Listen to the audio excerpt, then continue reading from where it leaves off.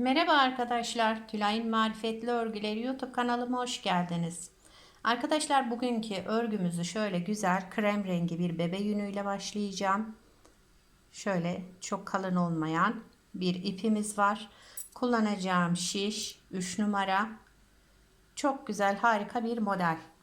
Bebek örgülerinde, büyük yetişkin örgülerinde kullanabileceğiniz, her türlü örgüde uyarlayabileceğiniz bir model. İnşallah siz de beğenir, benimle yaparsınız. Kanalıma abone değilseniz ücretsiz bir şekilde abone olup videolarımı da beğeniyorsanız yorum yapmayı, beğeni yapmayı unutmayın arkadaşlar. Şimdiden hepinize teşekkürler. Hadi hep birlikte başlayalım. Evet, modelimize başlamadan önce şişimize ilmeklerimizi alacağız. İlmeklerimizi de 2 ve 2'nin katlarından almamız gerekiyor arkadaşlar. Yapacağımız örgüye göre 2 ve 2'nin katları 2, 4, 6 diye ilmek sayımızı belirleyeceğiz. Artı 2 kenar ilmek olarak.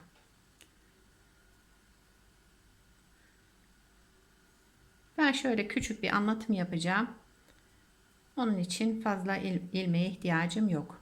1, 2, 3, 4, 5, 6, 7, 8, 9, 10. 2 de kenar ilmeği bırakırım. 11, 12 yeter bana. Şimdi örgümü arka yüzündeyiz. Bir sıra burada kenar ilmeğimi ördüm ilk sıra olduğu için. Bir sıra ters örgü yapalım arkadaşlar, zemin oluşturmak için. Bu örgüde istediğiniz lastiği uygulayabilirsiniz. Güzel kalın şişle yaparsanız salaş bir örgü olur. İpiniz ince, şişiniz kalın olursa merserize iplerden, yeleklik iplerden kullanabilirsiniz yapacağınız örgüye göre. Şimdi benim kullandığım ip bebe yünü. Modelimizde önce kenar ilmeği, şimdi düz yüzündeyiz. Model kuracağız. Kenar ilmeğimi örmeden aldım. Şu 2 tane ilmeğin arasından bakın şu şekilde bir ilmek çıkarttım. Şöyle bir tane doladım ve bu ikisini ördüm. Düz olarak ördüm. Şu çıkarttığım ve artırma yaptığım ilmeği alarak şu ikisinin tepesinden geçirdim. Şu şekilde bu tarafa aktardım.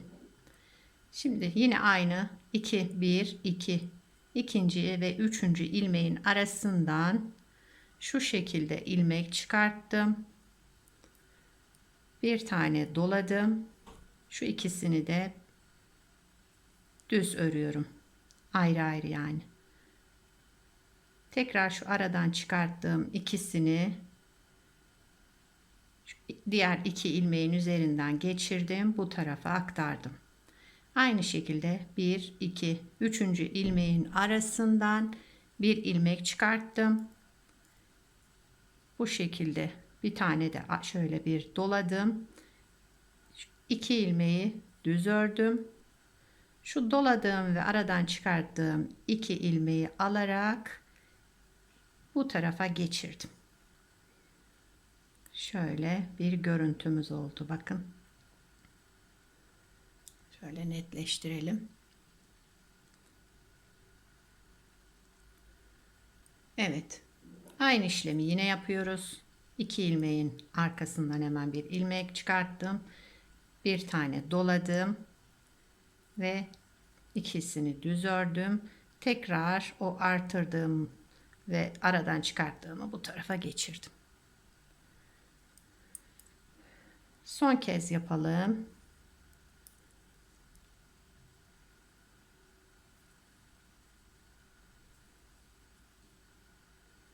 Şu ikisini alarak bu tarafa geçirdim. Kenar ilmeğimi de ördüm. Modelimizin birinci sırasını tamamladık. Modelimiz 2 sıradan oluşuyor arkadaşlar. Şöyle elimizle de düzeltelim. Bakın şöyle bir görüntümüz var. Modelimizin arka yüzündeyiz. Arka yüzünde ilmeklerimizi ters öreceğiz. Kenar ilmeğimi örmeden aldım. Diğer ilmekleri de hepsini ters örüyoruz. Modelimiz oldukça kolay. Şöyle örümcek görüntüsünü de veriyor modelimiz. İlerleyince ben böyle şöyle örümcek örgüsüne benzettim. Kenar ilmeğimi de ördüm. Modelimizin birinci kez kurmuş olduk. Bakın şöyle. Şimdi modeli kaydıracağız ve ikinci kez kuracağız. Kenar ilmeğimi örmeden aldım. Kaydırmamız için burada bir tane örüyorum. Düz ördüm. Şu sıradaki bak, bir tanesi bu ilmekten, bu modelden, bir tanesi bu modelden alacaksınız. Şu şekilde 1 2 yine aradan ilmek çıkarttım. Bir tane doladım ve diğer ikisini düz ördüm. Şu baştaki ikisini alarak bu tarafa aktardık. Şöyle. 1 2 ikinci ilmeğin arasından, yani 2 ile 3'ün arasından ilmek çıkarttım. Bir kez doladım. 1 2 tane düz ördüm. Şu ikisini alarak tekrar bu tarafa aktardım. Bakın modelimiz oluşmaya başladı. 1 2 2 ile 3'ün arasından bir ilmek çıkarttım. Bir kez doladım. Diğer ikisini düz ördüm ve bu çıkarttığımdan doladığım ilmeği bu tarafa aktardım. 1 2 üçüncünün arasından bir ilmek çıkarttım. Bir kez doladım. Düz ördüm. İkisini de bu çıkarttığım ve diğerini de alarak bu tarafa aktardım. 2 tane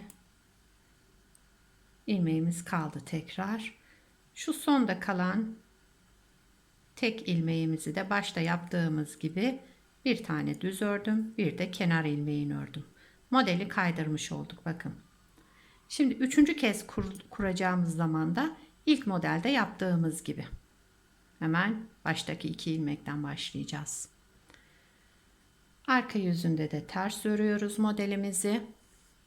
İsterseniz bir kez daha kuralım. Modelin kaydırmayı da yine göstereyim size. 3 kez kurmuş olalım. Gördüğünüz gibi modelimiz gayet kolay ve çabuk ilerleyen bir model. Şallık iplerinizde de etol şal olarak gayet güzel olur bu model. Kenar ilmeğimi de ördüm ve modeli 2 kez kurduk arkadaşlar. Şöyle bir görüntümüz var.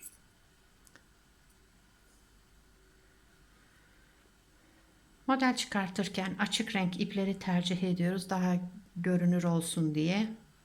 O yüzden renk sınırı oluyor bizde de. Koyu renkler kullanamadığımız için. Şimdi üçüncü kez kuralım modelimizi. Kenar ilmeğini örmeden aldım. Şu baştaki hemen 2 ilmek, 1 2, ikincinin arkasından bir ilmek çıkarttım.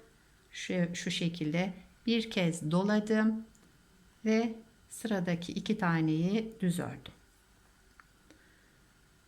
Ve şu ikisini alarak bu tarafa aktardım. Şöyle. 1 2, ikincinin arkasından ilmek çıkarttım. Bir kez doladım. 1 ve 2 ördüm düzlerimi. Şu ikisini şu şekilde aldım ve diğer tarafa aktardım. 1 2, ikincinin arkasından ilmek çıkarttım. Bir kez doladım ve sıradaki 2 taneyi düz ördüm. Şu ikisini tekrar aldım, bu tarafa aktardım. Şuradan ilmek çıkarttım. Model hep birbirinin tekrarı. Sadece kaydırma yapacağız. Yoksa işlem aynı. Sadece ön yüzünde bu şekilde, arka yüzünde de ters örüyoruz. Hiçbir işlem yok. Son kez yapalım. Şu aradan çıkarttım ilmeğimi. Bir kez doladım ve bir, iki düz ördüm. Buradan aldım şu ikisini bu tarafa geçirdim. Kenar ilmeğimi de ördüm. Şöyle elimizle düzleyelim ilmeklerimizi. Böyle arkadaşlar. Arka yüzünden de bir ters örelim. Modeli 3 kez kurmuş olduk. Ben biraz ilerlemiş halini size göstereceğim. Model daha çok kendini gösteriyor. Böyle küçük olduğunda pek model anlaşılmıyor. Sadece modeli nasıl başlayacağınızı gösterdim ben.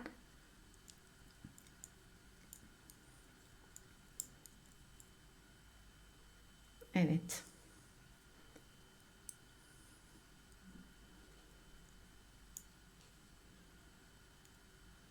Kenar ilmeğini de ördüm ve arka yüzünü de tamamladık. Modelimiz böyle arkadaşlar. Bakın şöyle açıldığında örümcek gibi duruyor. İşte ince ip, kalın şişle yaparsanız tam örümcek görüntüsünü verirsiniz şöyle. Şimdi ben diğer parçayı size göstereyim. Bu da daha önce yapmış olduğum. Bu da şimdi beraber yaptığımız. İpimiz aynı. Sadece ben bunda 4 numara şiş kullandım. Beraber yaptığımız 3,5 numara. Çünkü kameranın altında daha kısa şiş rahat olduğu için onu kullandım. Bakın modelimiz böyle arkadaşlar. Arka yüzü de bu şekilde modelin. Gayet güzel, zarif bir model şöyle. İnşallah siz de beğenir, benimle yaparsınız.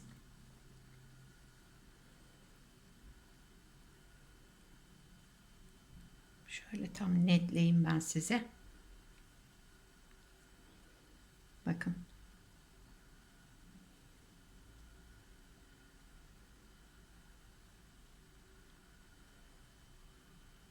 Evet. Yorumlarınızı, beğenilerinizi bekliyorum arkadaşlar. Yapacak olan arkadaşlara kolay gelsin. Bir sonraki videoda görüşmek üzere. Hoşça kalın.